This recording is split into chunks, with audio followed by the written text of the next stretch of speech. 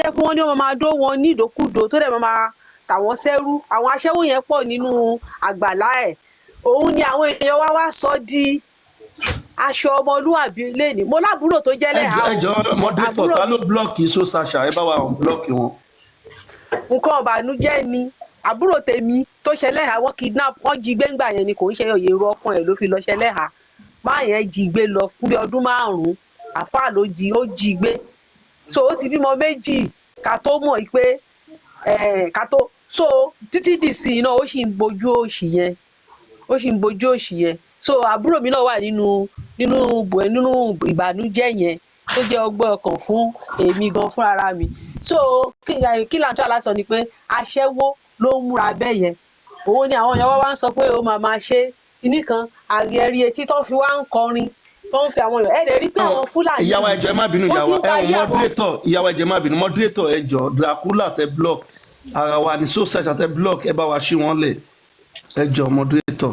ìjọba check Dracula àwọn moderator tó ń block wọn Dracula àti so Sasha so ó máa rọrùn fẹ́ni tó bá block wọn láti bá wa wò láti ṣí wọn lẹ̀ ẹ jẹ́ kí n kàn láàrin ìṣẹ́jú kan kí n fi parí ọ̀rọ̀ mi so ẹ rí pé àwọn Fúlàní ìsìn wọ́n ń fẹ́ àwọn ọmọ wa tẹ́ bá ń lọ sí bọ̀bọ̀ kan tó pera ẹ̀ ní àmì síbẹ̀síbẹ̀ ó ti blọ́ọ̀kù mi nítorí pé mo máa ń bu ẹ rí pé àwọn ọmọbìnrin tó bá ń fẹ́ yẹn wá wo oṣù òkè àwọn ọmọ wa tó fáìn wọ́n wá da aṣọ búbú bò wọ́n lóru wọ́n á daṣọ dúdú bò wọ́n ìyẹn àwọn Fúlàní yẹn wọ́n ṣe ń ba ayé àwọn ọmọ wa jẹ́ ẹ jẹ́ káwọn ọmọ yìí máa mọ̀ pé aṣẹ́wó ló ń múra bẹ́ẹ̀ tí bá sọ̀rọ̀ sẹ́lẹ̀ àìmí lẹ́bí náà tó wà ní ẹ̀hà aṣọ aṣẹ́wó ni aṣẹ́wó nítorí pé Muhammed máa ń fa àwọn obìnrin yẹn ṣaṣẹ́wó nítorí pé ó máa ń tó bá ti pa ọkọ wọn ó máa fi wọ́n ṣaṣẹ́wó ara àwọn obìnrin tó pa ọkọ ẹ̀ ló padà gbẹ̀bí ẹ̀ ọ̀dọ̀ àwọn Júù wọ́n gbọ́ ni mo ti gbọ́ gbogbo sórí yìí tó ara àwọn obìnrin tó pa ọkọ ẹ̀ Júù ara ọkùnrin Júù ni ó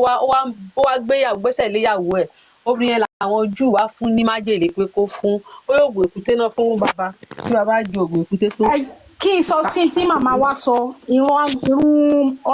irun tẹ̀ǹkì irun 5 tẹ̀ǹkì lójúmọ́ ẹ jẹ́ n sọ bóyá ìtàn yẹn náà ṣe jẹ́ ó kọ́pì àwọn Júù ni àwọn Júù ló máa ń gbàdúrà ní aago àdúrà aago 6 àárọ̀ aago 9 aago 12 aago gbogbo bó ṣe ń ṣe aṣá àti àmọ́ bí àwẹ̀ tẹ̀ ń gbà 40 days àwẹ̀ tẹ̀ ń gbà àti fún yín bí yẹn náà ṣe wá mo tún sọ fún yín bí àwẹ̀ kọ́pí ṣẹ́rí gbogbo tó wà nínú ìwé yẹn pátá Muhammed kọ́pì gbogbo ẹ̀ ni ó kọ́pì irun yẹn ó kọ́pì àwẹ̀ ni. ṣé wàá rí irun 5 yẹn kì í ṣàwọn Júù ló ní o Sátánì ló ní o ẹ bá lọ ṣé àwọn pé Bible scholar ni mí ṣe rí Sátánì yẹn tó ń pè ní àṣàtàn lẹ́nu òun ni táwọn òyìnbó máa ń pè ní chief deity ní Babylon ibi tó ti bí Ibrahim bàbá wọn òrìṣà ìdílé Ibrahim ni tó ń pè láṣàtàn lẹ́nu Samuel lórúkọ ẹ̀ wọ́n máa ń pè àmì máa ń pè ní Samuel ó tún lórúkọ kan tó máa ń pè ní Babylonian language orúkọ rẹ̀ tápá mi lórí ìsìn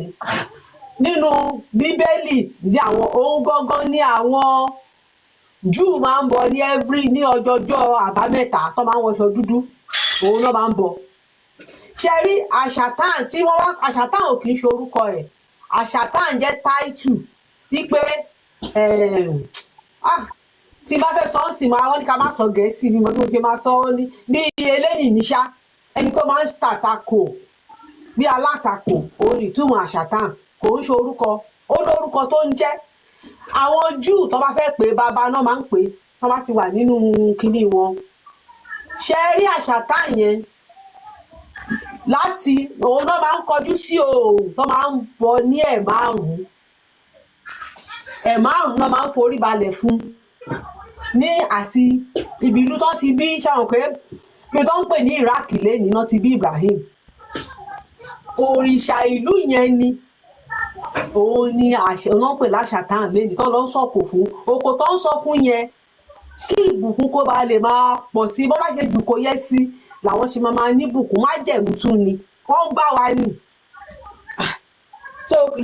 so tẹ bá ka Bíbélì dáadáa ẹ rí pé nínú torí pé gọ́ọ̀dù àwọn mùsùlùmí àti àwọn oníkiriyó wọ́n jọ jẹ́ orogún láti ilẹ̀ ẹ lọ ka ìwé Èsìkẹ́ ẹ rí i pé wọ́n sọ pé mo sì rí ìríra tí àwọn Júdà ń ṣe pé wọ́n kọjú sí ìlà oòrùn wọ́n sí ìlà oòrùn wọ́n gbé orí sókè wọ́n gbé ìdí sílẹ̀ nínú tẹ́ḿpìlì mi túmọ̀ sí ojúbọ tẹ́ḿpìlì ò nítumọ̀ ojúbọ nítumọ̀ tẹ́ḿpìlì lédè wa pé wọ́n wá kọjú sílà oòrùn pé ṣùgbọ́n eléyìí wá bí ọlọ́run àwọn Ísírẹ́lì lọ ó bí Jèhófà àwọn Ísírẹ́lì ó bí nínú ó wá ní pé ìríra ni nǹkan tó ń ṣe lójú òun àṣàtà yẹn òun ni wọ́n ń bọ ń gbà náà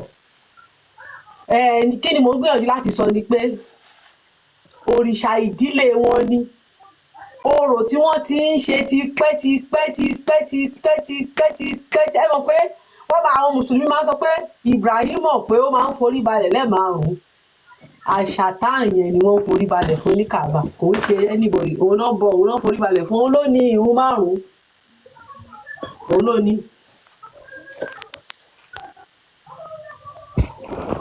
ọkẹ tó bá fẹ́ sọ̀rọ̀. ẹ jọ Dracula yẹn ẹ bá mi check ẹ mú tẹ kò lè. mo ti check ẹ. ó dàbí ó náà wọn lè comment. ok màá tún. ní dákẹ́ wò. ó mí pé mi kọ́ ni mo mute ẹ tẹ. ẹ jọ ẹ bá wa gbọ́ wọlé láìkí yẹn ó yẹ kó ti rìn jìnnà jù báyìí lọ. ẹ repost ẹ sórí àwọn other social media handles ní Facebook Instagram àti X app yín ẹ jọ. ó ti check ẹ kò sí lára àwọn tó mute kò. ìyá tí ní kọ ẹ jọ gbogbo moderators ilé ẹ jẹ́ ká wà talat ẹ ṣé ẹ gbọ́n sókè ìyá àti bàbá.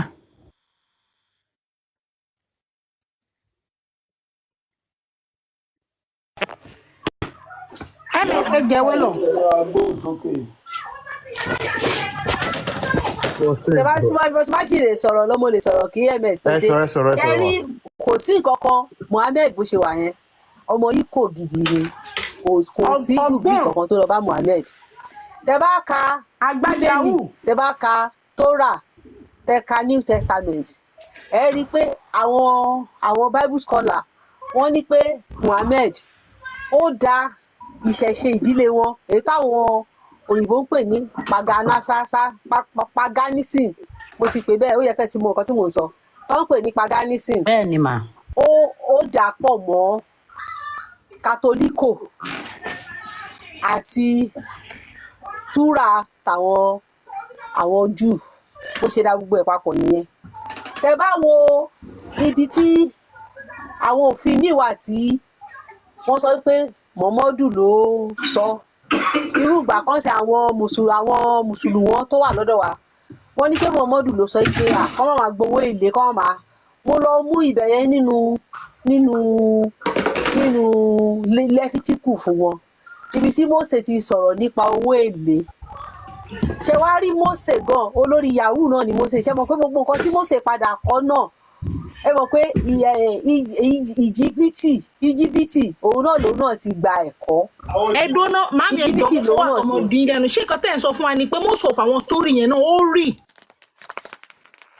irọ́ ni Mósè ń pa irọ́ ló pọ̀ jù ṣé wọ́n bí Mósè báwo tó bá yẹ pé Mósè wà láyé báwo ló ṣe ń kọ̀ tán nǹkan tó ṣẹlẹ̀ ní ọgbà Édẹ́nì pé níbo ni ìwọ wà bẹ́ẹ̀ ni pé wà lójú ẹ̀ tí Mósè fúnra rẹ̀ tún kọ̀ tán bó ṣe kú bó ṣe sín ṣé àti rí pé Mósè náà fúnra rẹ̀ ó ń sọ narration bọ́n ṣe yàn án ta ló sọ̀tàn fún ta ló sọ̀tàn Mósè irú bá ṣe ń sọ ń sìn tá bá fẹ́ sọ gbà tán àdìtì ló yẹ ká gbàgbọ́ torí pé àdìtì ni àwọn tó rí Mọ̀mọ́dù Mósè ló sọ ìtàn òun ló ń sọ ìtàn bọ́n ṣe dá gbogbo nǹkan òun ló sọ ìtàn bọ́n ṣe ní pé Mósè náà ló sọ o Mósè ló sọ gbogbo ìtàn òun ló tún sọ pé àwọn èèyàn ń ṣe nǹkan tí ò dáa o òun ló sọ pé òun bàbá òun gbé ẹbọ ṣó ṣojú ẹ ni òun kọ bẹ́ẹ̀ ni pé ó ṣojú ẹ ẹni tó bá wà tẹ́yàn bá lọ kọ́ ẹ̀kọ́ ìjìnlẹ̀ nínú Bíbélì àwọn tó máa ń pè ní scholar ẹ mọ̀ pé èmi scholar lèmi kí ni mò ń gbìyànjú láti sọ ni pé ẹ rí pé ìwé tó ń kọ bọ́n ṣe kọ̀wé yẹn ó dàbí ìgbà tó ń ṣe fíìmù ni bíi pé àwọn tí wọ́n ń yàyàn bí àwọn tó ń ṣeré orí ìtàgé ni ẹ rí pé tó bá ń ṣeré orí ìtàgé ókè ẹ wo bí tó sọ pé Jésù àti ó lọ bá ọba Hẹ́rọ́dù ni ọba tí ó dá ẹjọ́ ikú fún Jésù wọ́n lóun àti Jésù nìkan jọjá ń rojọ́ wọ́n dẹ̀ ń sọ nǹkan tí Jésù àti ọba yẹn jọ sọ ẹjọ́ ta ló wà ń bẹ̀ ẹ rí pé ta bá ń wo fíìmù náà ṣé aláwa ẹ̀ ti wọ́n á dé ṣe reverse aláwa wọ́n lọ ṣe reverse so Mósè náà fúnra rẹ̀ náà òun náà gbéra ẹ̀ ga nínú alára ń gbéra ga ni mo ṣe fídíò kan jáde mo sì máa post ẹ̀ mo lọ sí London Bridge láti ìsàlẹ̀ underground yẹn mo fídíò ara mi láti orí escalator yẹn dókè òkè wọ́n sọ pé Mósè gbé àwọn èèyàn gbọ̀n pupa kọjá ṣé mọ̀ pé inú ìyàngbọ̀n ilẹ̀ náà ló gbé àwọn èèyàn gbà kọjá nísìnyí nígbà táwọn òyìnbó ṣé mọ̀ pé àwọn tó ń ṣe oceanography wọ́n ti lọ sí ìsàlẹ̀ omi wọ́n ti lọ wo gbogbo omi tó jìn ní gbogbo àgbáyé ibi tí wọ́n pè ní òkun pupa yẹn kò jókòó pupa láyé àtijọ́ o òun ló jìn jù májíìkì wo wá ni Mósè fi kó àwọn èèyàn gbabẹ̀ òkè nígbà tí wọ́n ń ṣe tó ń ṣe London Bridge Mami, ẹ jọ 1,650, 630 something ni omi yẹn sísàlẹ̀. 1,600 and something meter. òun náà ni mò ń sọ yìí so májíìkì wo wá ni Mósè ṣe láti gbé àwọn èèyàn gbàgbẹ́ kọjá ṣé wọn torí tẹ́nìbọ̀dì bá jábọ́ síbẹ̀ yẹn ó máa kú dínà.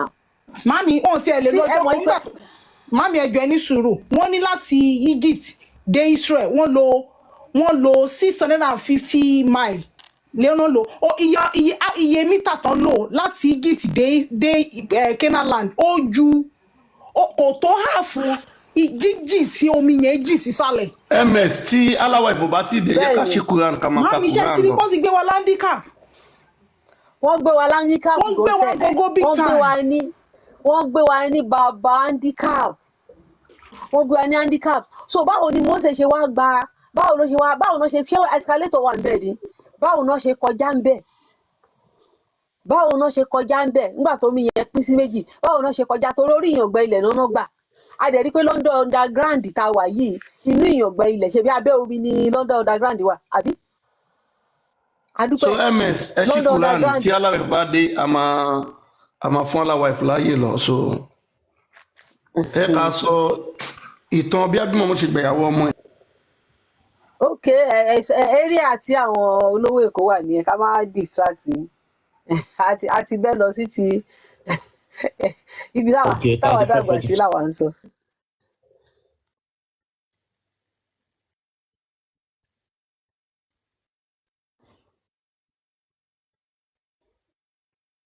ọmọdún bíi kọ́sàmọ́ dóbò kọ́mọ báyé jẹ́ kò síwádìí kankan lọ́wọ́ bọ̀bọ́ yẹn. ìyá wàhálà nípa àwọn bízí díẹ̀ ní gbogbo ilé. kò síwádìí gidi kankan lọ́wọ́ bọ̀bọ́ yẹn. adẹ̀ ń sọ̀rọ̀ ẹ̀yẹ irú ẹ̀ múra kókókókókókó ẹ fẹ́ balẹ̀ bàbá yín jẹ́ tó sáwùdí ṣe. àwọn àjèjì yẹn ló múra kókó because wọ́n mọ̀ pé ayé wọn ti ta ṣé wọ́n pé ẹ̀sìn yẹn èrò ìgbà wọn yàtọ̀ sáwọn òyìnbó future programming ni wọ́n mọ̀ pé mo ń lọ ẹ ṣáà máa tàn wọ́n títí ẹ rí i pé gbogbo ọba wa ń sìn wọ́n ti sọ wọ́n di onímọ̀lé tó bá yá àwọn ọba bíi Olúwo pọ̀ lẹ́ o àwọn tí ò lè ti àwọn bọ̀dá Rasheed nìkan là ń rí wọ́n tó bá yá a máa wá ní àwọn ọba bíi tiẹ̀ rẹpẹtẹ tí gbogbo ọba wa ti dàbí ti Rasheed ṣáà ti ṣe àti finish. ẹ bá táàpù jẹ jọ ẹ bá táàpù. mo ṣe ẹni tèmi ò lè ṣiṣẹ́ mo ń try mo ń ṣe náà láyè mi ẹni tèmi kò ṣiṣẹ́. náà àwọn tó wà sáré náà jẹ bá táàpù náà. This is Quran 4:34. ẹjọ ṣe tèmi mo ń ṣe báyìí mo dẹ̀ rí pé mo ń ṣe tó ń lọ. ẹ̀yin ò ní ìdí box lẹ́wà ẹ̀ ní láti ṣe. So this is Quran 4:34. Ó ní men are the caretakers. bá lè fi ṣe náà ẹ láti off comment yín ẹ lè ṣe kọ́ off comment yín. Men are the caretakers of women. ọkọ lólówó rí aya. As men have been provisioned by Allah over women. nígbà tí Allah ti ní kí ọkọ kó máa pèsè fún ìyàwó. And tasked with supporting them financially. kí wọ́n dẹ̀ máa ṣe ìrànlọ́wọ́ fún wọn tó bá fẹ́ nípa owó gbogbo nǹkan. And righteous women are devotedly obedient. àwọn obìnrin tó dáa ni àwọn obìnrin tí wọ́n gbọ́ràn sọ̀kan wọn lẹ́nu. And when alone. ó jẹ́ pé tí wọ́n bá dá wà. Protective of what Allah has entrusted them with. kí wọ́n ṣètọ́jú nípa nǹkan tí ọkọ wọn bá fi tí Allah fi fún ọkọ wọn. And if you sense ill conduct from your women. tí o bá ti fura síyàwó rẹ. Advise them first. gbà wọ́n nímọ̀ràn.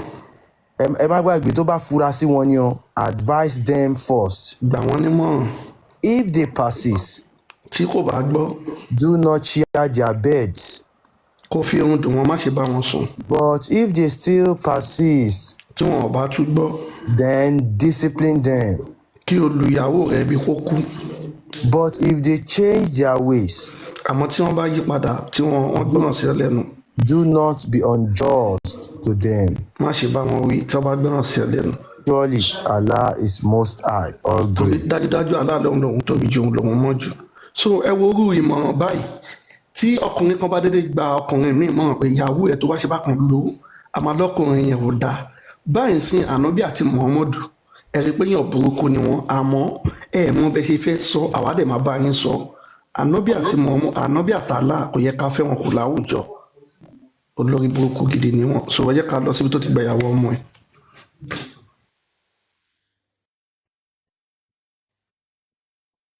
olówó èkó ẹ má jẹ́ ká lọ, ẹ jẹ́ ká parí àyà yìí. Àwọn kan tó ń gbọ́ wa wọ́n máa sọ wípé etí aṣọ náà fi nínú rẹ̀, ẹ jẹ́ ká ó sì kú méjì.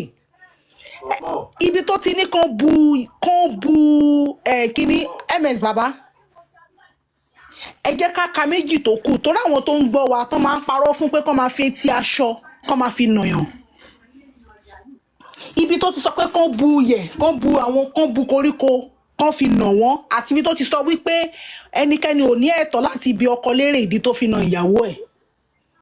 Ẹ jẹ́ ká fi méjì yẹn sí so that balance. 1 minute, mo ń bọ̀.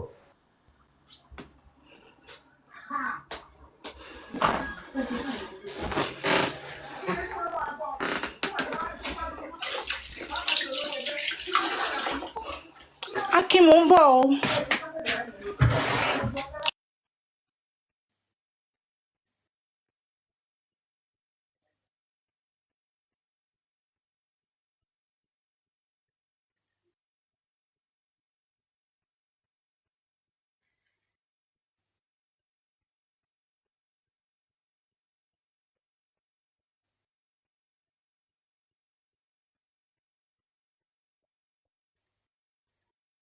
Mo ń bọ̀ 1 minute o.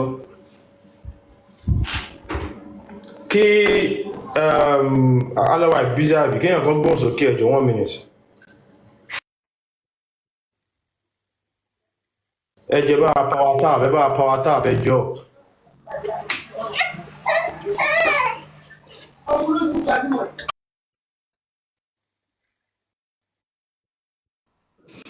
ẹjọ bá wa pé àwọn psychopath, àwọn psycho gangan làwọn tó dá èsì mọ̀ délẹ̀.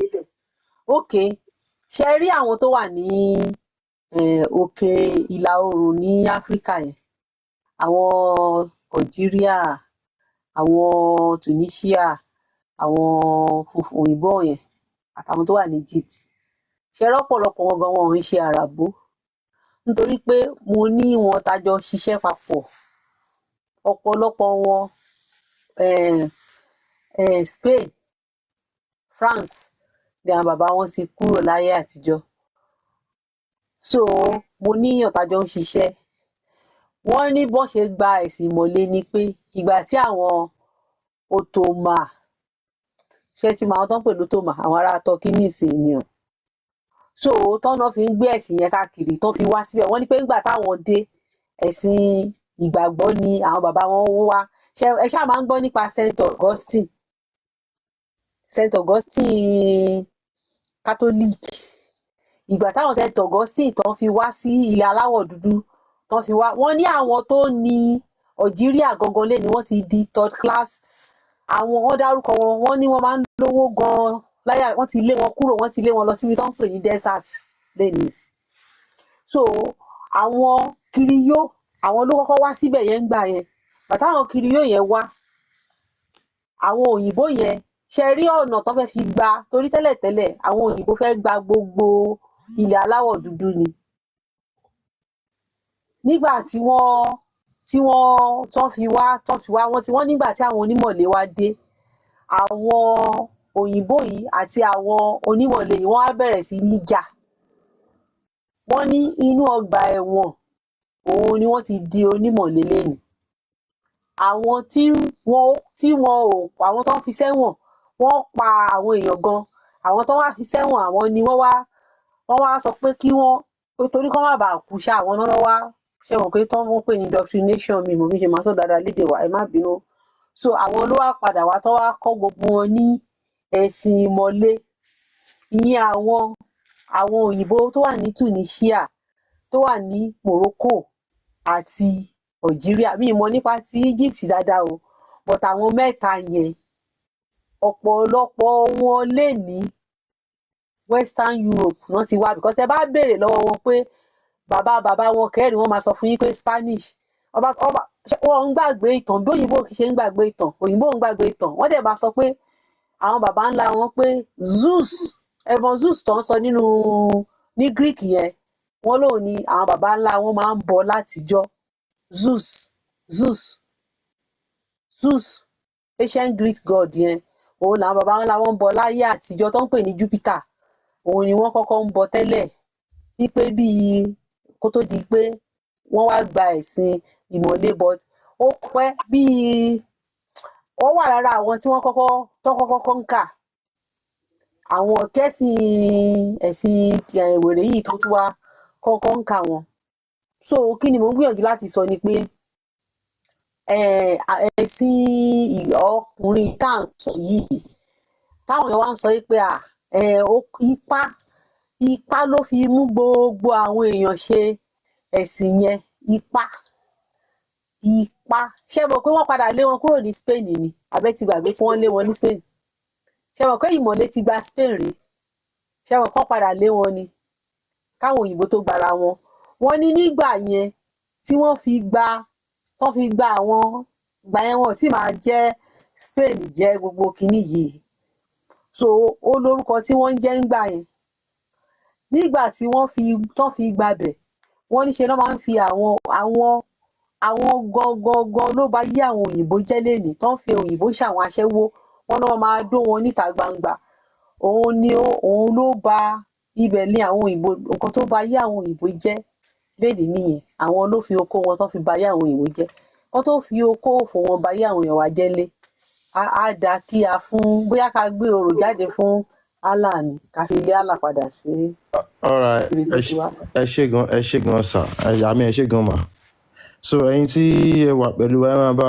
power tap o mo kàn ní kí n tún gbé tẹ bá rí picture tí mo gbé sálẹ̀ yẹn ẹ ti rí òkúta dúdú táwọn mùsùlùmí máa ń lá tí wọ́n máa ń nawọ́ sí tó jẹ́ Allah òkúta yìí a ti sọ lọ́pọ̀lọpọ̀ ọgbà a dẹ̀ ti jẹ́ kó yé wa pé Islam Muhammad mú nǹkan kan wá ó kàn package gbogbo kìíní yẹn ó jẹ́ rename ẹ̀ paganism náà ni nǹkan tí wọ́n ń ṣe torí látijọ́ kan tó bí Muhammad òun ni wọ́n ti ń jọ́sìn fún òkúta dúdú yìí náà ti ń forí balẹ̀ fún náà ti ń tàwáàfù ẹ̀ so a máa ka bí bọ́ ṣe ń tàwáàfù òkúta yẹn náà a máa kà á sí ẹ̀ máa rí now ìgbà tó máa gbókúta yìí síbí yìí nígbà tó ń tún gàbá kọ Muhammad ni ó place òkúta yìí síbi tí ó wà yẹn Islam ò dẹ̀ tí bẹ̀rẹ̀ ńgbà yẹn paganism ni òkúta náà ni wọ́n ń jọ́sìn fún ìgbà tí Islam wá bẹ̀rẹ̀ kí ló wá dé tí wọn ò yọ òkúta yìí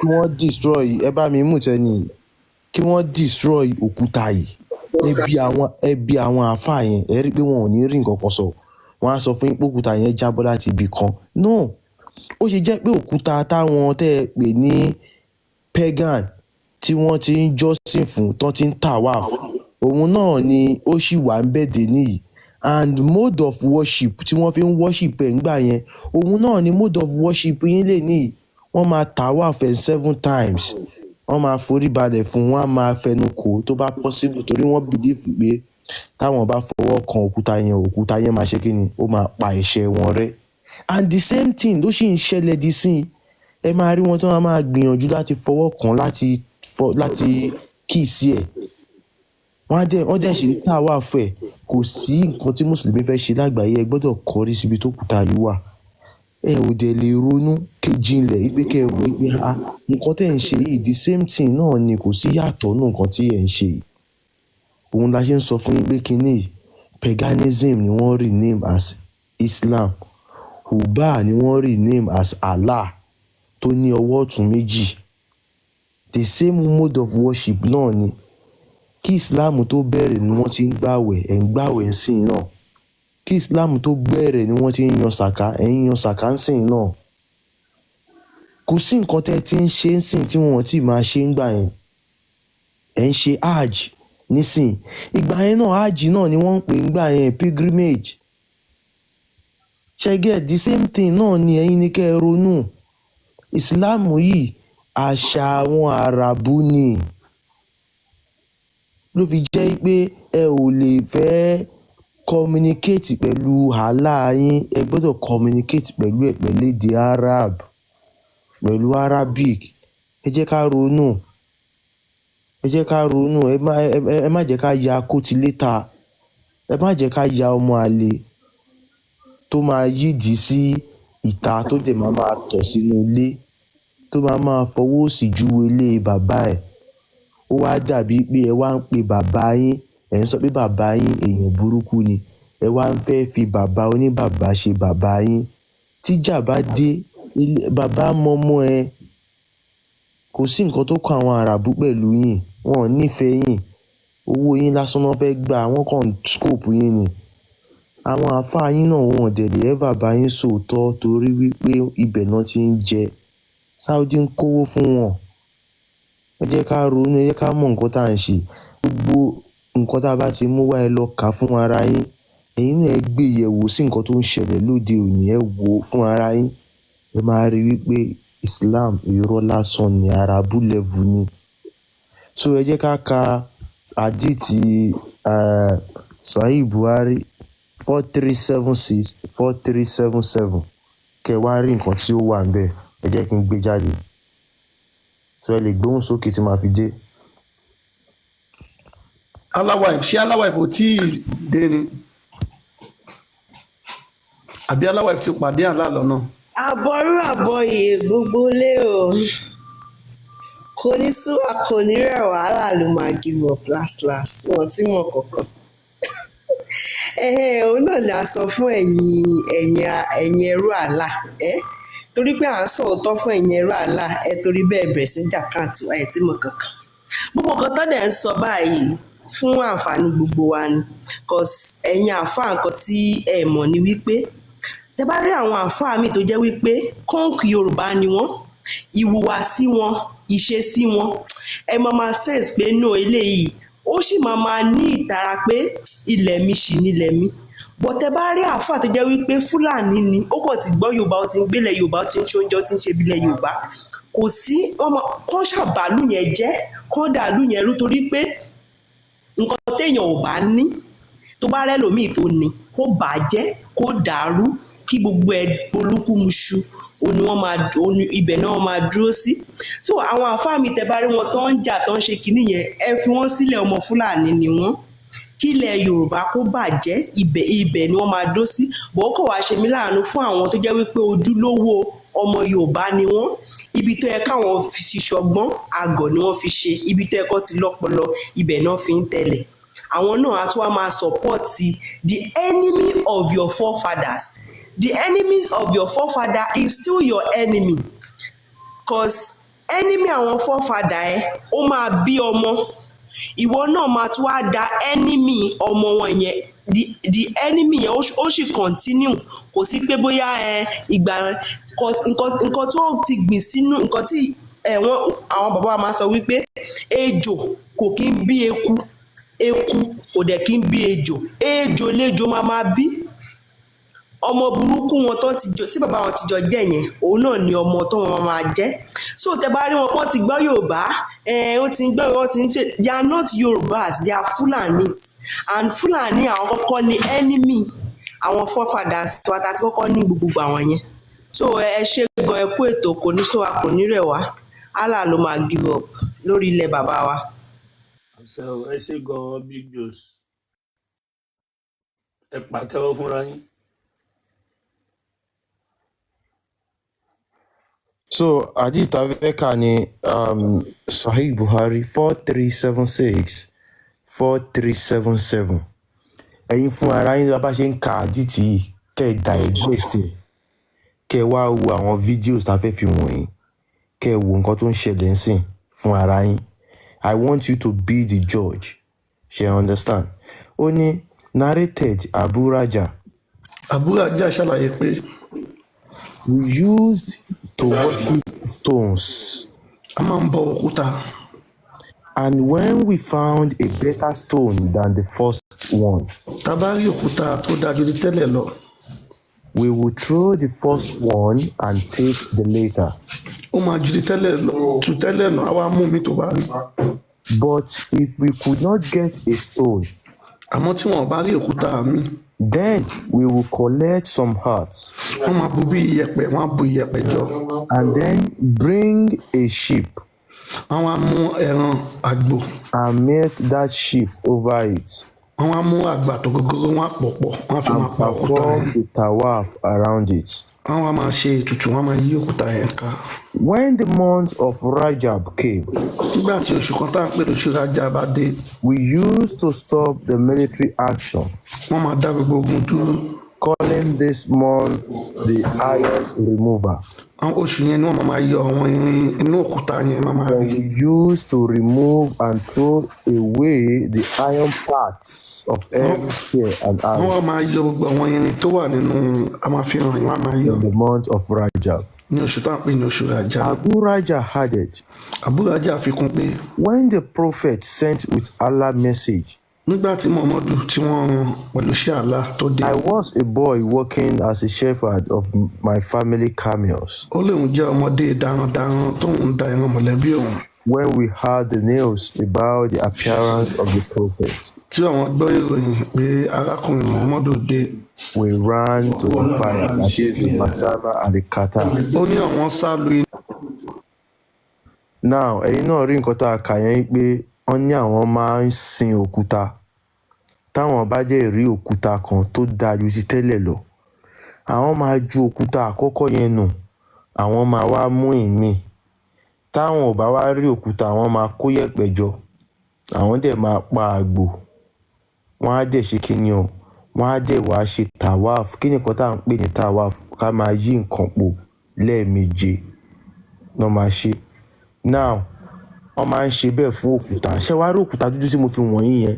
Ẹ rí i pé we used, torí táwọn àáfàá bá máa sọ fún yín, wọ́n á sọ pé we used ni nǹkan tá a ti ń ṣe tẹ́lẹ̀ ni, àmọ́ ńgbà tí Muhammad dé, wọ́n stop ẹ̀, wọn ò ṣe mọ́. Fine. Òkúta dúdú tó wà ní Kaaba yẹn, Kaaba ti wà kí Ìsìláàmù tó dé.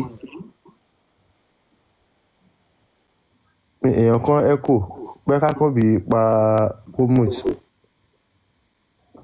Àkàn bí ẹ mute ẹjọ́. Mi ò ṣàn mò ń gbọ́ voice ara mi padà.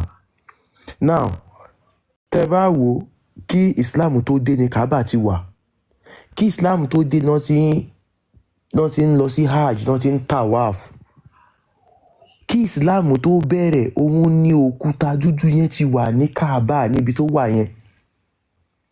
Ẹ jẹ́ ká jọ máa wò, wọ́n dẹ̀ ń tawaf òkúta yẹn. Wọ́n máa ń fi nǹkan pa òkúta yẹn kí Ìsìláàmù tó bẹ̀rẹ̀. Àmọ́ nígbà tí Ìsìláàmù bẹ̀rẹ̀, ǹjẹ́ wọ́n dáwọ́ àwọn nǹkan yìí dúró? So, nǹkan tá a kà yìí, ẹ jẹ́ kí wọ́n á fi fídíò yẹn wọ̀nyí kẹ́ ẹ lè rí fún ara yín.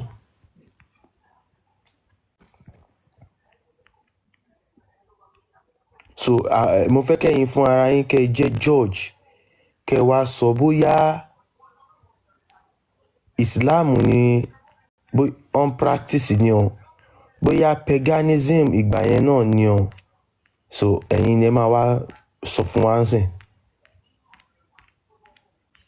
Máa tan kámẹ́rà sí, máa fi wọ̀n ìmú wá fídíò. Nǹkan tí mo tẹ̀ fẹ́ sọ sí ibi tí ẹgbẹ́ wà ẹ̀mí, ṣé wọ́n wípé tẹ́lẹ̀ àwọn àfáà wa wọ́n jẹ́ ká mọ̀ wípé fatasi wọ́n jẹ́ ká mọ̀ wípé Muhammadu òun ni mùsùlùmí. Mo ń bọ̀, ẹ jẹ́ kán rí dáadáa. Okay sir. Ẹ concentrate o ẹ̀yin èèyàn. Òkúta yìí tó ń forí balẹ̀ fún yìí, ó ti wà ń bẹ̀ kí Ìsìláàmù tó bẹ̀rẹ̀ o. Ẹbí àwọn àfáà yẹn ṣe rí nǹkan tó ń fi pa ẹṣẹ́ rí. Wọ́n á sọ pé wọ́n sanitize ẹ̀ ni, pé wọ́n ń clean ẹ̀ ni. Àmọ́ wọ́n ti ń ṣe àwọn nǹkan yìí kí Ìsìláàmù tó bẹ̀rẹ̀. Ṣé ẹ̀ ń rí? ẹ jẹ́ kí n tún fi mí wọ̀nyí. Kàábà yẹn náà ni o.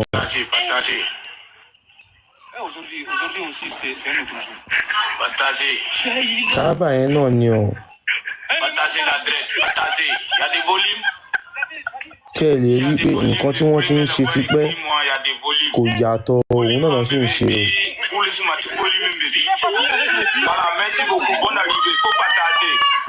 Wọ́n kàn repackage ẹ̀ ni o. Ẹ tún wo eléyìí, ẹ rí. Ẹ̀yin èèyàn ṣe mo rò bẹ́ẹ̀ rí. Kàábà nìyẹn ẹ rí. Àwọn òkúta tí wọ́n ti ń forí balẹ̀ fún ni wọ́n fi kọ́ ọ.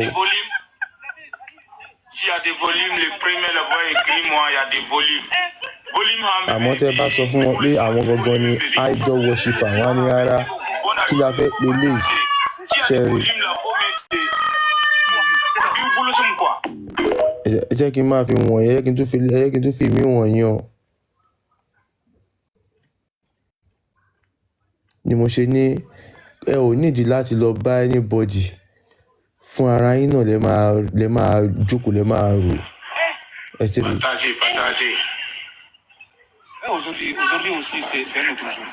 Báyẹn sìn lójú wọn bó ṣe fọwọ́ kan òkúta yẹn tó fẹ́ nu kò. Ẹ̀ṣẹ̀ wọn ti parẹ́, wọ́n ti di ọmọ tuntun. S'il y a des volumes, le premier là-bas écrit-moi, il y a des volumes. Volume en bébé, puis pour le sommet, volume bébé. Voilà, merci beaucoup, bonne arrivée, il faut partager. So ẹ kí n tún bá yín fi kan sí ẹ wòran. Ẹ rí.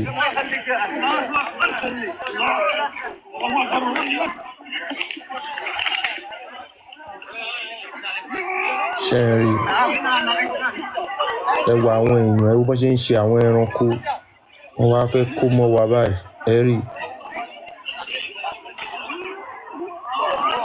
Ẹ̀yin èèyàn ẹ ò ní ẹ fún ara yín náà lẹ máa ronú, lẹ máa rí pé kinní yìí ẹ̀kọ́ ń fàkókò ṣòfò ni, irọ́ lásán ni. Ẹ ká wá lọ wo bó ṣe ń tà wá fẹ́ kí n fi wọ̀nyí.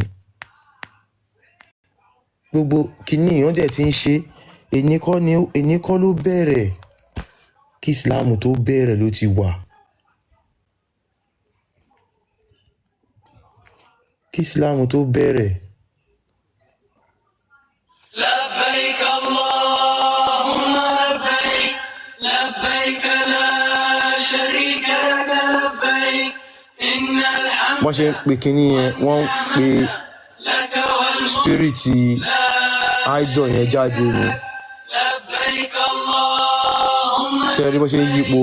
لبيك لا شريك لك لبيك إن الحمد والنعمة لك والملك لا Ṣé rí bó ṣe ń yípo, bó ṣe ń yí òkúta yẹn po. لبيك اللهم لبيك لبيك. Ẹ̀yin èèyàn, ṣé rí gbogbo kinní yìí fún ara wa náà ni. Mo mọ̀ pé wọ́n gbá àwọn èèyàn wa ni,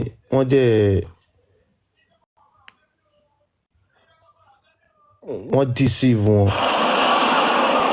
Èmi tún rè, ẹ rí bó ṣe pọ̀, ẹ rí bó ṣe ń yípo.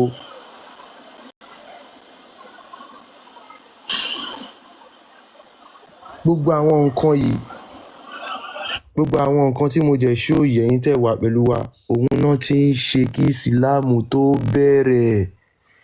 Ẹ lọ ka ìtàn, wọ́n ti ń ṣe kinní yìí kí ìsìláàmù tó bẹ̀rẹ̀.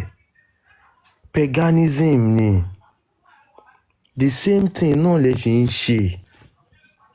Tó bá yẹ pé Muhammad mú new thing wá ni, kò yẹ kí òkúta yẹn ṣì wà níbi tó wà yẹn. Kò yẹ kí ẹ máa fèsì ilé Kaaba yẹn, torí pé ilé Kaaba yẹn náà ni ilé Hubá nígbà yẹn, tó jẹ́ olúwa ilé Kaaba. Tẹ́ bá wá lọ wo Quran yín, Quran 106 verse 3, ó ní ẹ máa jọ́sìn fún olúwa ilé Kaaba. Ló fi jẹ́ pé ẹ gbọ́dọ̀ kọrí sí ibẹ̀ yẹn tẹ́ ẹ bá fẹ́ kírun. Ẹ dẹ̀ gbọ́dọ̀ sọ èdè Arabu, torí Allah yẹn ò gbédè mí. Ẹ jẹ́ ká ronú. jẹ́ ká ronú jinlẹ̀. A kàn ń fi owó wa tún Saudi ṣe ni. A kàn ń tanra wa ni. Irọ́ ni kíní yìí. Àwa ò wá pè yín pé kẹ́ wá ṣe anything. Irọ́ o. Àwa ń jẹ́ kó yé yín pé tí ẹ ò bá ṣe ẹ̀sìn kankan, ẹ tẹ̀lé òfin àti ìlànà ìlú tí ẹ wà. Tẹ́ bá ti tẹ̀lé òfin àti ìlànà ìlú tẹ́ ẹ wà, kò sí nǹkan kan tó máa ṣe yín. It's very simple. Ẹ tẹ̀lé òfin àti ìlànà ìlú tẹ́ ẹ wà. Ẹ ti mọ̀ pé ẹ gbọ́dọ̀ parọ́, ẹ ti mọ̀ pé ẹ gbọ́dọ̀ jalè, ẹ ti mọ̀ pé kẹ́ má pààyàn. Gbogbo nǹkan yìí, òun náà ni Yorùbá ti kọ́ wa. Gbogbo nǹkan yìí náà ti kọ́ wa. Ẹ̀sìn kọ́ ló máa wá ṣàlàyé fún wa. Ẹ̀sìn kọ́. Irọ́ lásán ni. Ẹ jẹ́ ká wake up, ẹ jẹ́ ká jí. Paganism ni nǹkan tá à ń practice, kò kí ń ṣe Islam o. Islam means paganism. It's the same thing. Kò sí yàtọ̀. Àwọn Saudi kan ń fowó wa gbin flower ni. Wọ́n ń fowó wa tún lu wọn ṣe ni. Wọ́n wá ní kẹ́yìn máa hope fún àlùjọ́nà kankan. Àlùjọ́nà tí ò sí, kò exist. Àtúnwáláyé ẹ̀sùn, ẹ jẹ́ ká jí. Ẹ jẹ́ ká ronú jinlẹ̀. Báwo ni Olódùmarè ṣe máa dá wa ní Yorùbá tó dá wa sí ilẹ̀ tiwa? Ó ṣẹ̀ máa wá sọ fún wa pé ká tún wá lọ kọ́ èdè míì láti fi bá òun sọ̀rọ̀. Kò possible. Ẹ̀yin tẹ́ ẹ jẹ́ èèyàn, tẹ́ ẹ kì í ṣe Ọlọ́run gan. Ọpọlọ wa pé a mọ̀ pé kò possible. A lè fẹ́ ránṣẹ́ sí ọmọ wa ká wá rán èèyàn tí kò gbọ́ èdè ọmọ wa ká wá rán sí.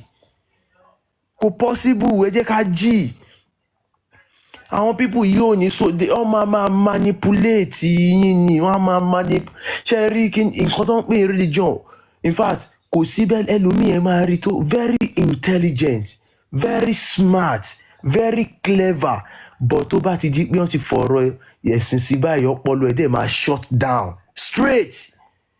Ọpọlọ ẹ̀ dẹ̀ máa wọ bí i 1 kilobyte. But tẹ́ bá di pé ẹ ti gbọ́rọ̀ lọ bòmí, ẹ máa mọ̀ pé tẹ́ni ẹ bá ń sọ̀rọ̀ náà ẹ mọ̀ pé this person is intelligent, this person is smart. But tó bá ti dọ̀rọ̀ ẹ̀sìn báyìí, brain yẹn máa shut down straight.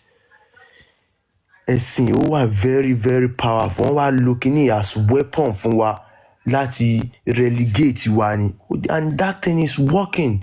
Ẹ jẹ́ ká jí.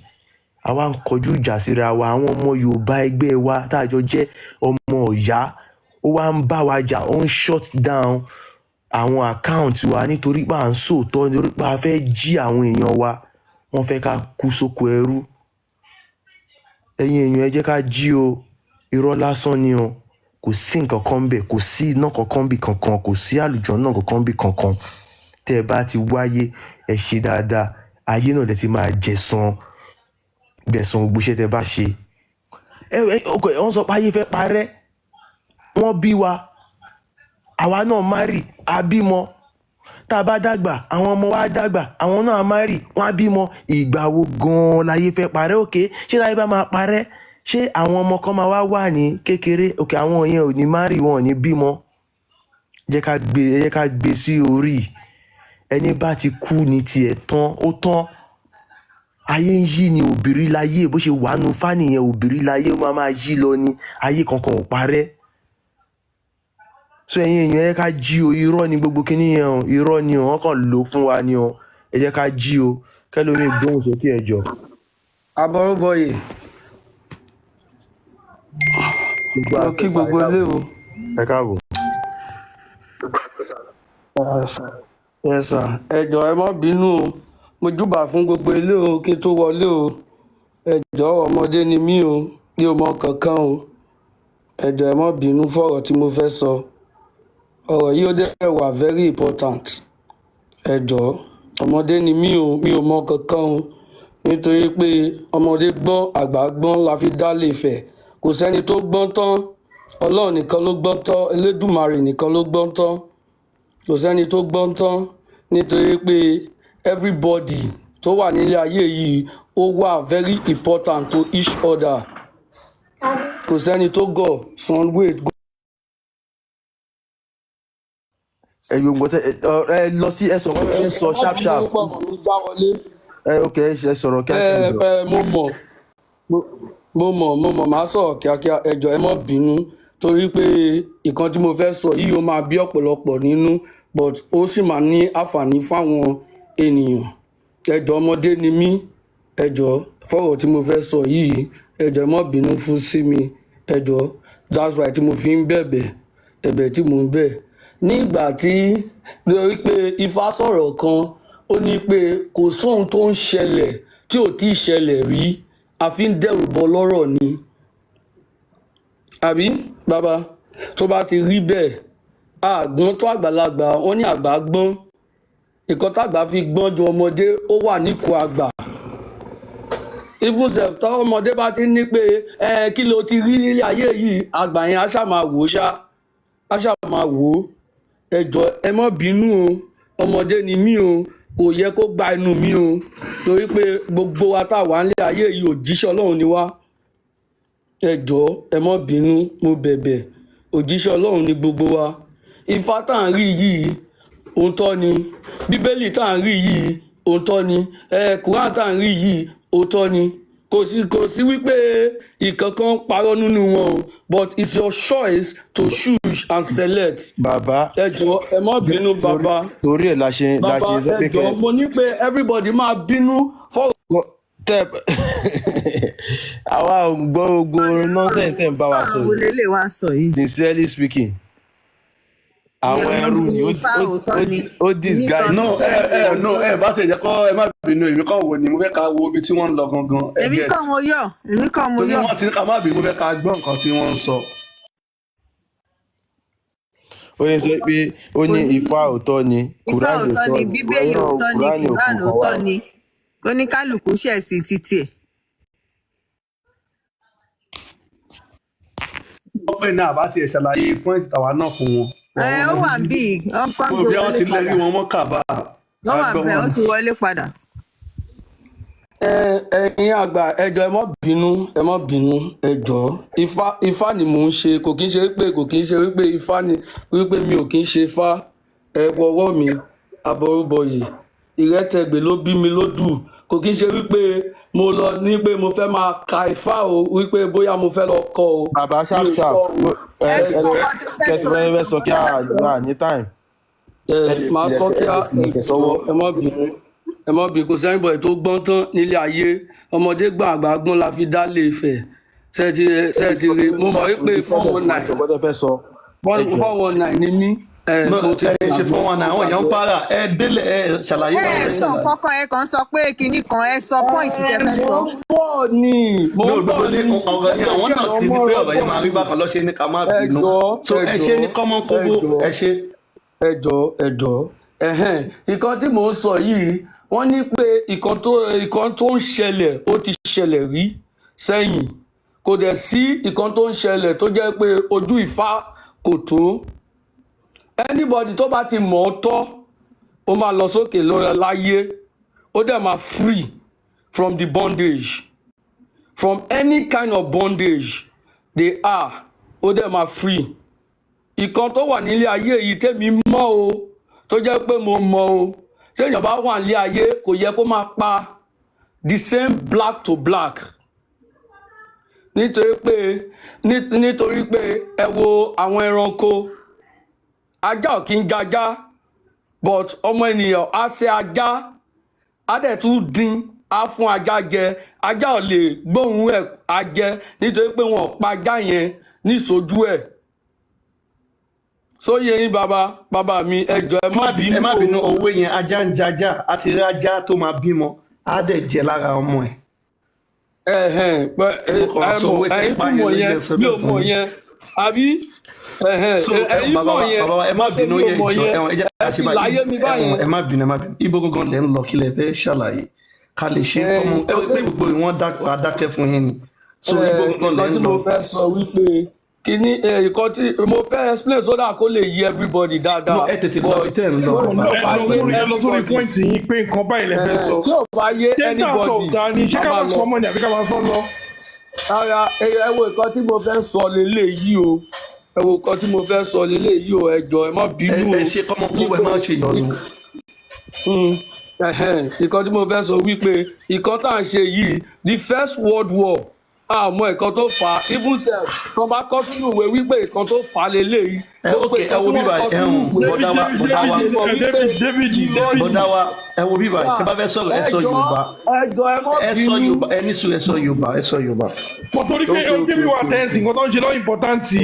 ẹ sọ Yorùbá sí nǹkan tó bá fẹ́ sọ ẹ sọ Yorùbá délẹ̀ ẹ má sọ Gẹ̀ẹ́sì so kí lẹ fẹ́ gbọ̀ngàn kí lẹ fẹ́ nǹkan tí mo fẹ́ wípé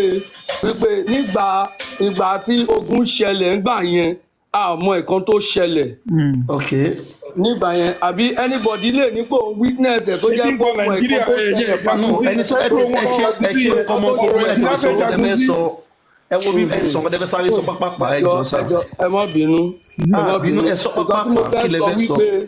everybody kó máa ṣe tiẹ̀ anybody tó bá ti gbọ́n ní tiẹ̀ tó bá ti gbá kó já tán. ok ẹ ṣe ẹ jẹ́ wá béèrè nǹkan lọ́wọ́ yín àáfàá mélòó lẹ ti lọ bá pé kọ́ máa ṣe ẹ̀sìn wọn kọ́ máa sọ̀rọ̀ nípa ẹ̀sìn ẹlẹ́sìn ẹjọ́ sá. mi ò tí lọ bá àáfàá kankan. so ó ṣe wá jẹ́ wàhálà wa bá ọdún mélòó ìgbà wọn bẹ̀rẹ̀ sí ní rí àwọn tẹ̀lé. nítorí pé ẹ̀yin Yorùbá tẹ́ jẹ́ Yorùbá ẹni tó máa ní sùúrù ni ó máa ní patience. ẹni sùúrù sá ẹni sùúrù àáfàá mélòó lẹ ti lọ bá. mi ò tí lọ mo sọ fún yín pé mi ò tí bá anybody. so báyìí sìn ẹ gbìyànjú láti lọ bá àwọn àáfàá. àgbé ajá ní Bello. àwọn àáfàá tó ti ń ṣe for years fún ọdún oríṣiríṣi ọdún ló ti lọ ọdún yẹn gùn gan. kí wọ́n náà àti ìṣètẹ wa ní àwa làwa bá ẹ lọ bá àwọn àáfàá tẹ bá ti bá wọn sọ̀rọ̀. màá lọ bá wọn náà ìkọ́tẹ́ ti sọ yẹn màá lọ bá wọn náà màá dẹ̀ tún sọ̀rọ̀ sí wọn náà.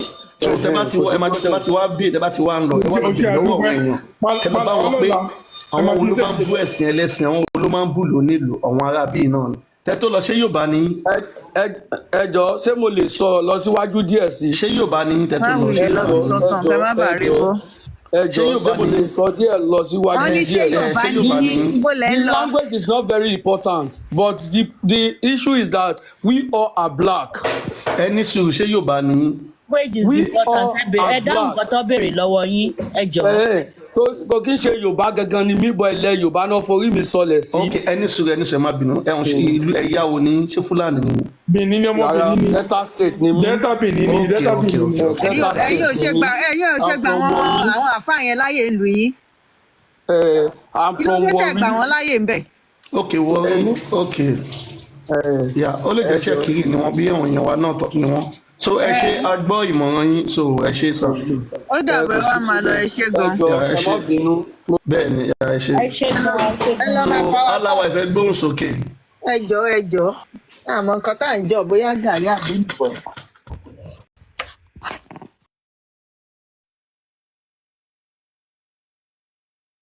ok ó dàbí Muslim gan ni bọ́dà yẹn ya ok so aláwa ìfẹ́ wà ń bẹ́ẹ̀ tí aláwa ìfọ̀ bá ti wà available gbóhùn sókè gbogbo ni.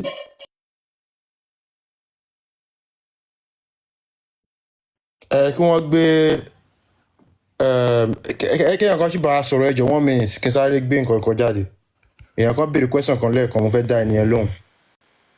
ìyá wa ìyá alájẹ ẹjọ ẹ fún wa lọ́rọ̀ ẹ bá wa gbóhùn sókè ìyá ẹ ṣe mọ.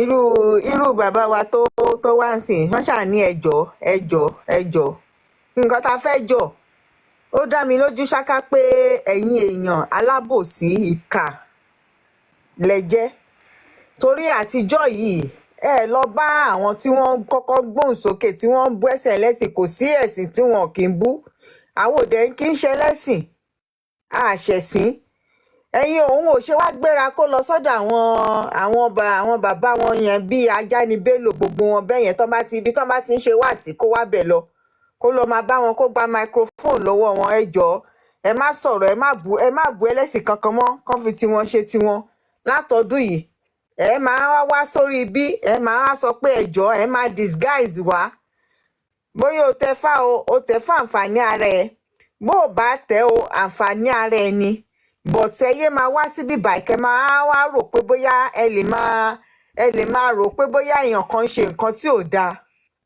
ẹni tó bá wá síbí tó bá wá sọ̀rọ̀ nǹkan báyìí á jẹ́ pé ìkà aláìní ìfẹ́ ọmọ ilẹ̀ Yorùbá òun lẹni náà ara wọn ni ó fẹ́ kí ilẹ̀ yẹn kó di ohun gbàgbé ó fẹ́ kí àṣà wa kó di ohun gbàgbé ó fẹ́ kí orúkọ wa kó parẹ́ wọ́n ní ìkà ò jẹ́ ṣe tiẹ̀ bẹ́ẹ̀ tó bá rí bẹ́ẹ̀ ni ìlú tó lóun ti wá yẹn ìjẹ́ wọ́n gba àwọn tá à ń sọ ìjẹ́ wọ́n gbà wọ́n láàyè ń bẹ̀ mo ìsọ̀rọ̀ yẹn lọ́wọ́ ọ̀sán ìmọ̀rọ̀lẹ́ yìí wọn gba nǹkan kan tó jẹ́ bẹ́ẹ̀ yẹn láàyè ń bẹ̀ nílẹ̀ Ìgbò mi ò rò pé mo lọ ọdún kan ó lé níbẹ̀ mi ì gbọ́ ibi tán ti pe ìrun níbẹ̀ rí tó kí la wá ń sọ àwọn òpèèyàn sẹ́sìn bí àdẹ̀já ìjà ẹ̀sìn àdẹ̀pèèyàn sẹ́sìn kò dìgbà tó bá tó kó gbogbo ọmọ ìran Yorùbá lẹ́rú kán tó gba ìṣe wa kán gbalẹ̀ wa ìgbà yẹn náà ẹ̀yin yìí náà lẹ máa jáde pé kí náà ń wò ẹ̀yin tẹ́ wá ń bẹ̀bẹ̀ yìí tẹ́ ń bẹ̀bẹ̀ kà yìí ẹ̀yin lẹ máa jáde kí náà ń wò kí ló dé tí wọ́n ṣe sọ̀rọ̀ síta ń gbà yẹn ṣé ẹ wá sọ wípé àwọn ò lọ́mọ tó lè sọ̀rọ̀ ni social media wà ń bẹ̀ wọ́n ṣe lọ sórí social media kan pariwo káwọn aráyé wí à ń pariwo ń sìn à ń sọ èhónú wa síta ẹ tún wá ń wá ẹ ń bẹ̀bẹ̀ ẹ ń lọ nǹkan tí ò ń ṣe titi wa ẹ ń lọ mọ́ wa lẹ́sẹ̀ ẹ tó bá máa wá síbí báyìí tó bá máa wá bẹ̀bẹ̀ ẹ kọ́kọ́ lọ sọ́dọ̀ àwọn oníjàgídíjàgan iná ẹ kọ́kọ́ lọ bá wọn kẹ́ ṣe fídíò bí tẹ́ ti lọ bá wọn ibi tó ti ń ṣe wáàsí tàbí ibi tó ti ń ṣe láwọn náà ti ń ṣe kíní irú eléyìí tá à ń ṣe kẹ́ lọ bá wọn sọ̀rọ̀ ńbẹ̀ kẹ́ ṣe fídíò nǹkan tẹ́ bá wọn sọ èsì tó bá fún yín kẹ́ post ẹ̀ kẹ́ jẹ́ káráyé rí ẹ má máa wá síbí báyìí wá máa dà wá láàmú mọ́ abẹ̀yìn torí Ọlọ́run abẹ̀yìn ni àwọn ò fa ìjà àbẹ̀yàn kankan jà nǹkan tá a máa sọ náà la máa sọ yìí wọn dẹ̀ kí ń pòun má gogo lẹ́nu kò dẹ̀ ní sún wa kò ní rẹ̀ wá sẹ̀ Allah ló máa give up ló máa kúrò lórí ilẹ̀ wa ẹ ṣé mo dúpẹ́.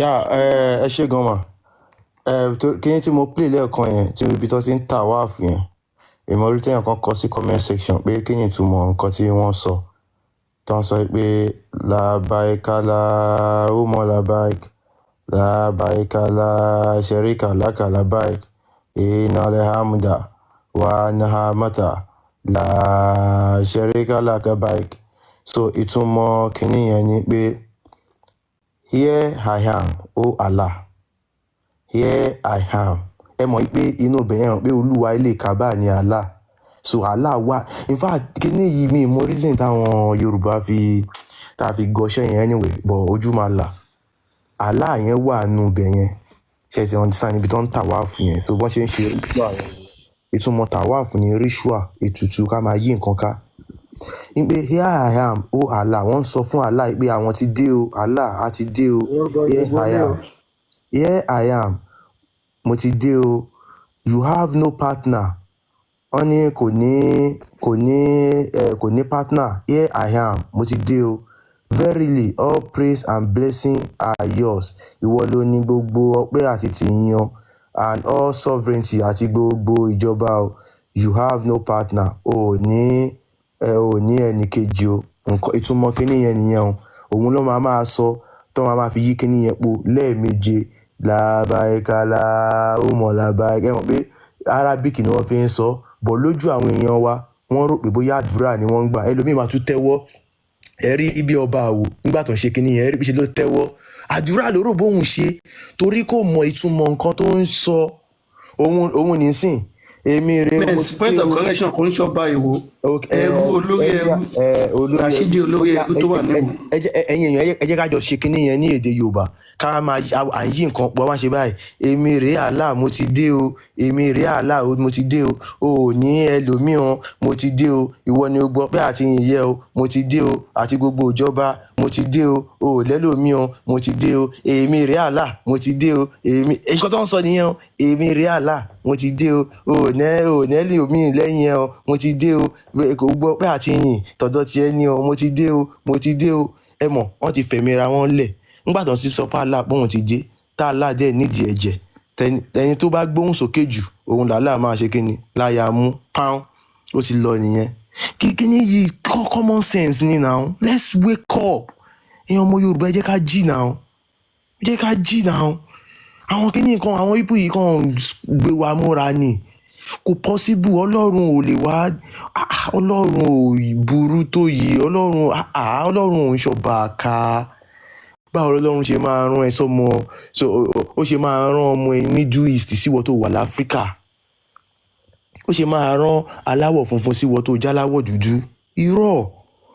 àti ọ̀dọ̀ yín bẹ̀ ara yín bẹ̀ náà ni òjíṣẹ́ máa ti dìde ẹ jẹ́ ká gbé kinní sórí ẹ jẹ́ ká mọ̀ nǹkan tá à ń ṣe irọ́ ni kinní yìí irọ́ ni kò kàn ọmọ Yorùbá ó lè jẹ́ òótọ́ lọ́dọ̀ àwọn Arab no ó lè jó òótọ́ lọ́dọ̀ wọn mi kò sí nǹkan tó kàn mí but àwa Yorùbá ẹ̀yin èèyàn ẹ jẹ́ tẹ́ ẹ jẹ́ Yorùbá ẹ jẹ́ ká jí irọ́ ni kinní òkè òun yí nǹkan po òun yí wọ́n dẹ̀ ti ń yí kinní ipò wọ́n ti ń sọ kinní làbáyíká làwọ̀mọ̀ làbáyí wọ́n ti ń sọ kí Islam tó bẹ̀rẹ̀ wọ́n dẹ̀ ṣe ń sọ dì sìn ẹ̀dẹ̀ sọ pé Muhammad wá láti wá stop paganism kí ló dé tí ò stop kinní yẹn òkúta tó wà ní Kaaba yẹn kí ló dé tí wọ́n gbé kúrò in fact kí ló dé tí wọ́n ò demolish Kaaba kí ló dé pé tẹ bá fẹ́ ṣe whatever thing tẹ bá fẹ́ ṣe kẹ́ kọjú sí anywhere gbogbo everywhere lọ́lọ́run wà bí mo ṣe wà ń bí Ọlọ́run wà pẹ̀lú mi gbogbo ẹ̀yin tẹ̀ ń wò wá níbi tẹ́ wà Ọlọ́run wà pẹ̀lú yín náà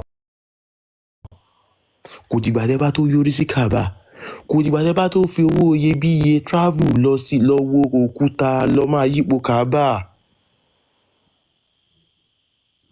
ok èèyàn kan send ìgbìnì kan èèyàn kan send message mi mo ti gbọ́ nǹkan tẹ́ni yẹn sọ ọ́ náwọn arábí ti wà ń bí wọ́n fẹ́ wá jẹ account wa but. ẹnu ms ẹ má wọrí ẹ̀yin moderator bá ti rí àwọn tó bá tọ̀ ẹ máa fún wọn jẹ ẹjọ́. power tap ẹ báyìí ti rí àwọn orúkọ tí ó strange ẹ ṣe kí ni ẹ fún wọn ṣe get ẹ block wọn finally. lówó èkó bàbá ẹ kálẹ̀ mo wọ orí platform kan sì rẹ̀ sọ̀rọ̀ iná sọ́mbà àti s bàbá náà. ẹ má bínú ṣàṣà àbá dárúkọ ẹ fọwọ́ yẹn lẹ̀ ẹ má bínú sọ. Akànbí. mo kì í ṣọ̀tẹ̀ sí mo máa sẹ́ẹ̀dẹ̀ sí í sìn. Akànbí. ok Akànbí ẹ̀sìn bẹ́ẹ̀ ẹ máa bẹ́tò lọ ms. so. ok dàbí ta lọ́lọ́run fẹ́ wá sókè. Murphy yìí ṣára lé ni. ẹ bá wa accept request àwọn náà. ok. Murphy yìí ṣára lé ni mi ò àṣẹrí wọn. Kadijat oníbùdó tẹ́ bá ti rí Kadijat oníbùdó ẹ mú balẹ̀. Oníbùdó orí ẹ dàrú ni. Kadijat oníbùdó. Oníbùdó ṣọ́ọ́ máa lè ní ẹni. ẹ mú balẹ̀ àwọn. ẹ má bínú ẹ má ṣe pé adójútì ní ẹ o. ẹ jọ ẹ má ṣe pé ẹ kàn mẹ́ni ẹ jọ ẹ kàn lè má bẹ́tò wà lọ ẹ kàn lè block ẹni náà. bàbá mi kẹ́ ń sọ̀rọ̀. no ẹ má ṣe pé kó má fi yẹn ìṣẹ́ káwa ṣètò wa lọ ẹ lè block ẹni náà là ń sọ.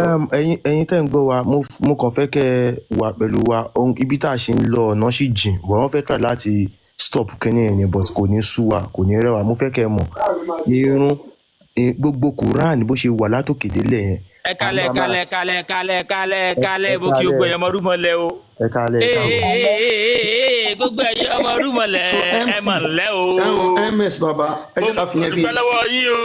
àṣe tí talọ́run bá ti ṣe náà ká ṣe ètò ìrun kíkì yẹn ká ṣe fún àwọn èèyàn ká tú fatia fún wọn ní Yorùbá bó ṣe fi ń kírun ká dẹ̀ tú áyà mi tó máa kàlẹ̀ so ọjọ́ mi a máa túnṣe láti bẹ̀rẹ̀ bọ̀ká fún wọn díẹ̀ tó bá ti ṣe tán kí gbogbo èèyàn sọ̀rọ̀ kí ìyá mi ká kí gbogbo wọn gbóhùn sókè tó bá ti ṣe ráńpẹ́ yẹn ó kì í gbóhùn sókè. Kanọ́lọ́run ẹ tán máìkì. kí o ẹ gbóhùn sókè bàbá mi. gbogbo ẹ̀yọ́ ọmọdún mọ̀lẹ́ mo kí ojú òní tì yín ifo onídójú ti wà ìmọ̀lẹ́ onídójú ti wà àwọn àbá wa tá à ń gbé lẹ́yìn náà onídójú ti wà àwọn àtìsítọ́wọ̀ onídójú ti wà Àkànbí ọlọ́ba ms bàbá olówó èkó alá Fẹ́mi ìyálájé sẹ́mi gbogbo nípa tá mo kí ojú òní tì yín o bí ẹ bá ṣe ṣètò yìí mo ti wò látàárọ̀ inú mi ṣe dùn inú wa. múlíká ló ń jẹ́ bẹ́ẹ̀ múlíká. ẹ pé kórí wọn dàrú ẹ pé. mo rẹ́rìn India bí a ṣe ṣe inú mi dùn ojú òní tì yín inú mi dùn débi pé ó dàbí kí mo forí la ẹ ṣe mo mọ̀ dúpẹ́ o ẹ̀yin ọmọ ọdún mọ́lẹ̀ ojú òní tì yín o ẹ̀yin ọmọ Yorùbá káàkiri àgbàlá yóò ojú òní tì yín o ẹ wo ẹ máa bẹ́tò lọ tó bá wù yẹ já mi bọ́lẹ̀ ìsàmọ̀ gbọ́ ohun tẹ̀ ń wí ẹ ṣe mo dúpẹ́ o. so ms bí a ká tiẹ̀ fi èèní kakàn ka ìtumọ̀ fatia àti ẹni àyà ká ṣàlàyé fáwọn èèyàn tó bá fẹ́ kírun ká sọ ìtumọ̀ fatia yẹn fún wọn pé nǹkan tó fi ń kírun rẹ̀ àti àyà míì káwọn èèyàn lè lọ mọ̀ pé wọ́n tó ló ń gbàdúrà gbọ́ nǹkan tó ń sọ kí ni ìtumọ̀ nǹkan yìí so ẹ jẹ́ ká ṣe bẹ́ẹ̀. so a máa ka àwọn àyà tẹ máa ń kà lórí ìran a máa kà ń sìn but ọjọ́ kan ń bọ̀ tí a bá ti balance dáadáa tí everything táwọn èèyàn pọ̀ nulẹ̀ dáadáa a máa ṣe. ms bá ṣe tán sista kòfò ìyá wa wọn ní kẹ́ ṣẹ́ẹ̀kì dm. ok and kí ms náà ok ó yẹ ẹ máa sọ̀rọ̀ lọ́mọ a máa sọ yẹn later. so a máa dramatize a máa kírun gangan. Sista kòfò ẹjọ ẹ bá mi ṣe kí n lè píkì chat yẹn ó ń pop up màá kàn lè píkì ẹ̀ bá lè gbé mi lọ sí ibẹ̀ yẹn straight. so a máa dramatize kí nìyẹn a máa kírun live ní Yorùbá a máa ka àwọn àyà yẹn fún yín a máa gbé yín débẹ̀ tán. so ms a máa ṣe yẹn lọ́jọ́ ìjọba bẹ̀rẹ̀ ṣùgbọ́n báyìí nǹkan tó fi ń kírun fatia so ẹ̀yẹ́ kà ṣàlàyé fún yín tá bá fẹ́ kírun wọ́n máa ka fatia àti ẹni àyà lè máa fi kírun so báyìí sìn a máa ka ìtumọ̀ fatia fún yín àti àyà míì tó bá rán yín ní ẹ̀yìn tẹ̀wá comment ok èyí tó bá rán yín ní comment ẹ mú àyà tó bá fẹ́ fi kírun lẹ́yìn fatia ẹ mú àyà míì mọ́ a máa túmọ̀ ẹ̀ fún yín kẹ́lẹ́ mọ̀ túmọ̀ ẹ̀ pé Arab level irọ́ lásán. mo fẹ́ ṣe ń gbóhùn mi ṣá mo fẹ́ try láti lọ mú chat yẹn but kí. ms kẹ máa tọ́jú iláfi náà tẹ̀lé iláfi kúra easy. bẹ́ẹ̀ni líláfi very important. ìṣòro máa ń lò ó. kálí amúgbàdì máa ká iláfi sí wọ́n ti máa fi kírun ìyàn ìsájà. so a ti wà lórí ìrun báyìí so a wá fẹ́ ka fatia àbí a ti fẹ́ ka fatia báyìí. ìmáàmù ẹgbẹ́rún dìde. ẹ máa gbọ́. síbẹ̀ káwọn èèyàn rí ẹgbẹ́ fatia síbẹ̀ káwọn èèyàn. ok.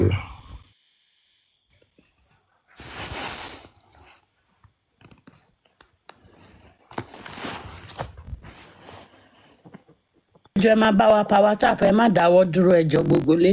now fatia la wà yìí o tó bá ṣe bismillahirrahmanirrahim alhamdulillahi rabbil alamin ohun rẹ̀. In the name of Allah, the most compassionate. In the name of Allah, the most compassionate, the most merciful. Tí Allah tó lóhùn láàánú jù. Ẹ ṣe rí Yorùbá ẹ̀ ní orúkọ Allahu, àjọkẹ́ ayé, àṣàkẹ́ ọ̀run. All praise is for Allah. Lord of all worlds. Ó ní gbogbo ògo ni fún òun. Gbogbo èyìn jẹ́ ti Allah, Olúwa gbogbo ẹ̀dá. The most compassionate, the most merciful. Ẹni tó láàánú jù tí ó lẹ́nu tó lè fi wé. Master of the day of judgment. Ẹni tó jóun ni olùdarí ọjọ́ ìdájọ́, ọ̀gá ọjọ́ ìdájọ́. You alone we worship and you alone we ask for help. Allah nìkan la máa sìn, òun nìkan la máa béèrè ìrànlọ́wọ́ lọ́wọ́ rẹ̀. Guide us along the straight path. Allah tọ́ wa sí ọ̀nà tóórú. Ọ̀nà tòótọ́. Ọ̀nà tóórú. The path of those who have blessed. Fún ọ̀nà àwọn tí o ti ṣèrànlọ́wọ́ fún. And not those you are displeased with. Kó má jẹ́ ọ̀nà àwọn tí o ṣe fún. Or those who are astray. Kó má jẹ́ àwọn tó ti ṣì lọ́nà. Ìyẹn ni àdìkáfàtà yẹn. So wọ́n tún wá ka ìmíì sí láti fi nǹkan náà bẹ́ẹ̀ bèrè lọ́wọ́ wọn ni pé ẹni kó tọ́ yín sọ́nà ṣe bẹ́ẹ̀ ti ní ojú ọ̀nà ní Islam ọ̀nà wọlé tí wàá ní kàlà tọ́ yín sí so àmọ́ wá ka àyà míì sí tó bá fẹ́ kí n so báyìí sí ms ẹ̀jẹ̀ ká ṣe báyìí ẹ wá ka èwo lẹ fẹ́ mú èwo lẹ́yìn fẹ́ mú. tàbá tí àdá mo mú báyìí. no yìí tẹ̀mí mu ẹ má kà mú ẹ kà mú kan wọn fi ń kírun ẹ jẹ́ ká mú ẹ wọn fi ń kírun ẹ kà mú 33 37. ẹ mọ̀ jà mí pé. no ms ẹ jẹ́ ká mú 33 37 yẹn ká fi kírun kọ́wọ́n èèyàn wò ná. so ẹ mọ̀ bá àdìkà fatia tán báyìí tẹ́ bá dẹ̀ fẹ́ kírun ẹ̀ hàn pé ní àyà ni ẹ lè mú ẹ lè mú any Quran any verse. láti fi kírun. So àti mú àwa. So ẹ̀yin moderator ẹ jọ̀ọ́ ẹ wọ àwọn tó bá ń wọlé yẹn kẹ́ máa fi lẹ́rí wọn mọ́ Káàbà. Ẹ máa gbọ́ ọ. So yeah. Àwa ti ṣù sí eléyìí báyìí o. So instead dábàá fi máa ní wàyí stákú ló lé ní sọ bẹ́ẹ̀. So a fẹ́ kà ní èdè Yorùbá. And remember, prophet. ẹ máa bá lọ program yẹn ẹ máa tẹ ẹ máa lọ yẹn. Ó yẹ kó lówó èkó dúró kó káwọ́ sáyà bí àwọn èrè tó ń bọ̀ yẹn.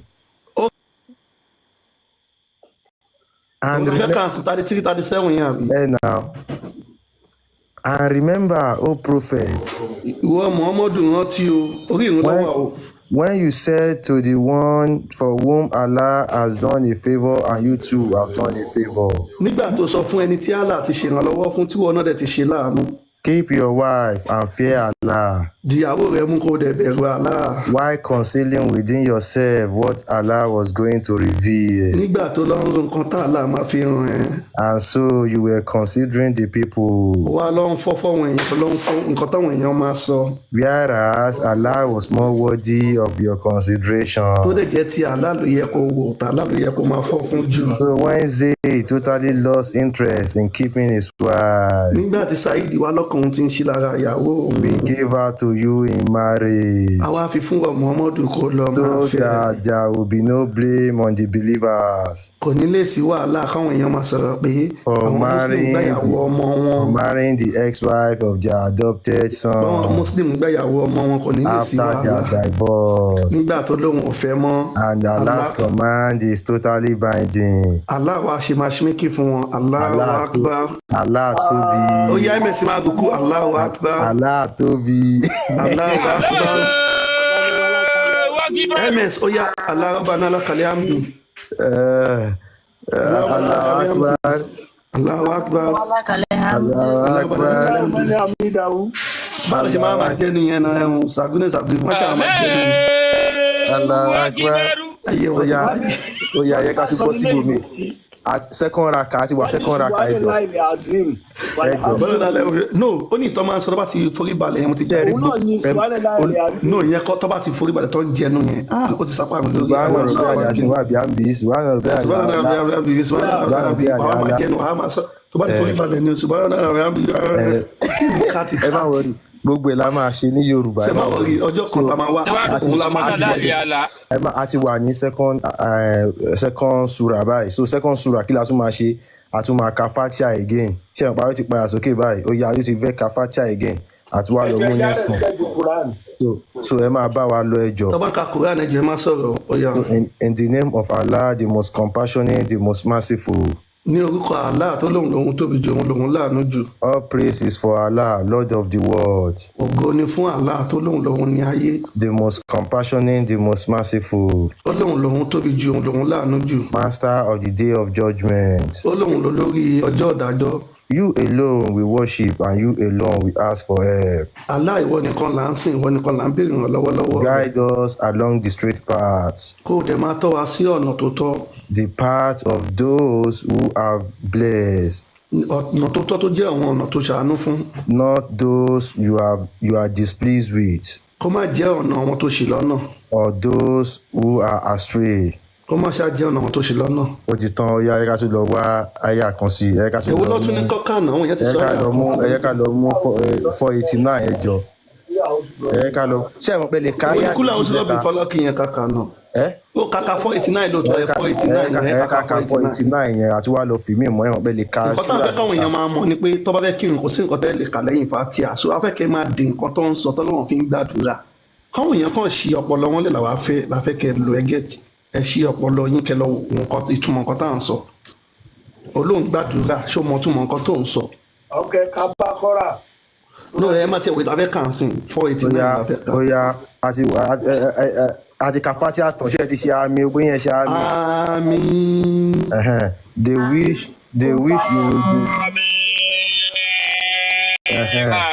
They wish you would disbelieve as they have disbelieved. wọ́n rò pé ò ní gbàgbọ́ bí wọn ṣe gbàgbọ́. So you may all be alike. ẹ lè jọ rí bákan náà. So do not take them as allies. má ṣe mú wọn lọ́rẹ̀ẹ́ má ṣe mú wọn lálábàáṣe. Unless they emigrate in the cause of Allah. àyàfi tí wọ́n bá wá sójú ọ̀nà Allah tí wọ́n gba ẹ̀sìn Islam. But if they turn away. àmọ́ tó bá yí padà tọ́lọ́run ò ṣe mọ́. Then seize them. ẹ gbá wọn mú kẹ́ ẹ dè wọ́n lókun. And unlive them wherever you find them. kẹ́ ẹ dẹ̀ pa wọ́n níbikíbi tẹ́ bá ti bá wọn. And do not take any of them as allies. má ṣe mú wọn lálábàáṣe o.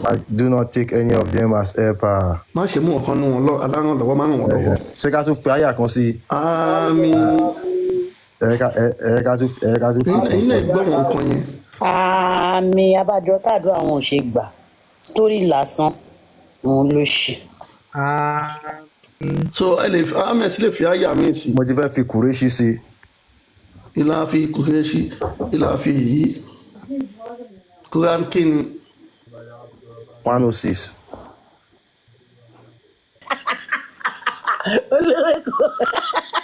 olórí kò ní làbí yìí.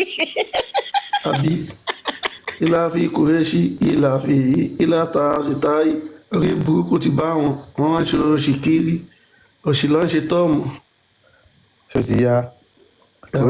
Orí ìrun la ṣe wá wọn kì í sọ̀rọ̀ lórí ìrun ẹ̀kan lè pàtẹ́wọ́ nìkan ni o bí a ti yàn bá fẹ́ jí. bẹ̀ni ẹ̀yàn kan ṣe báyìí.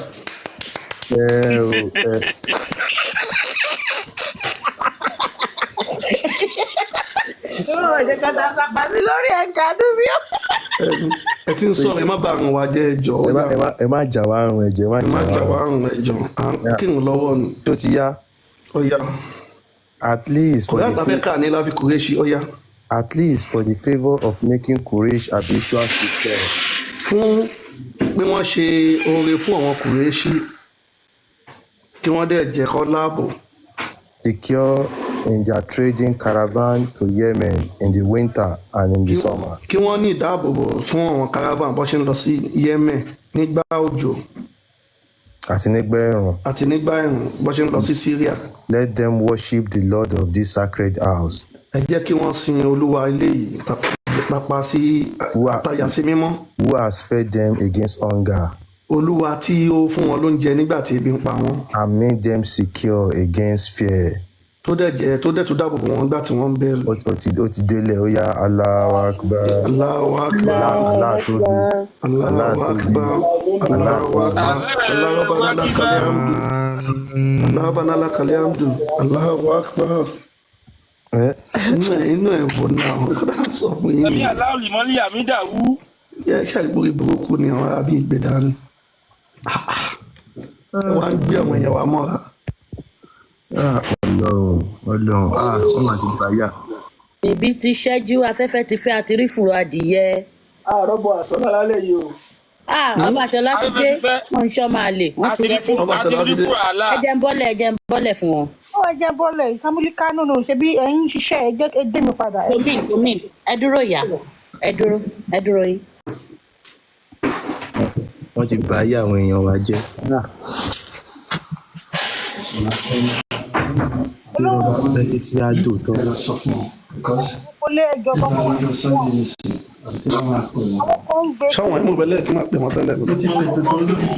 Àbọ̀rúbọ yìí wo gbogbo ilé.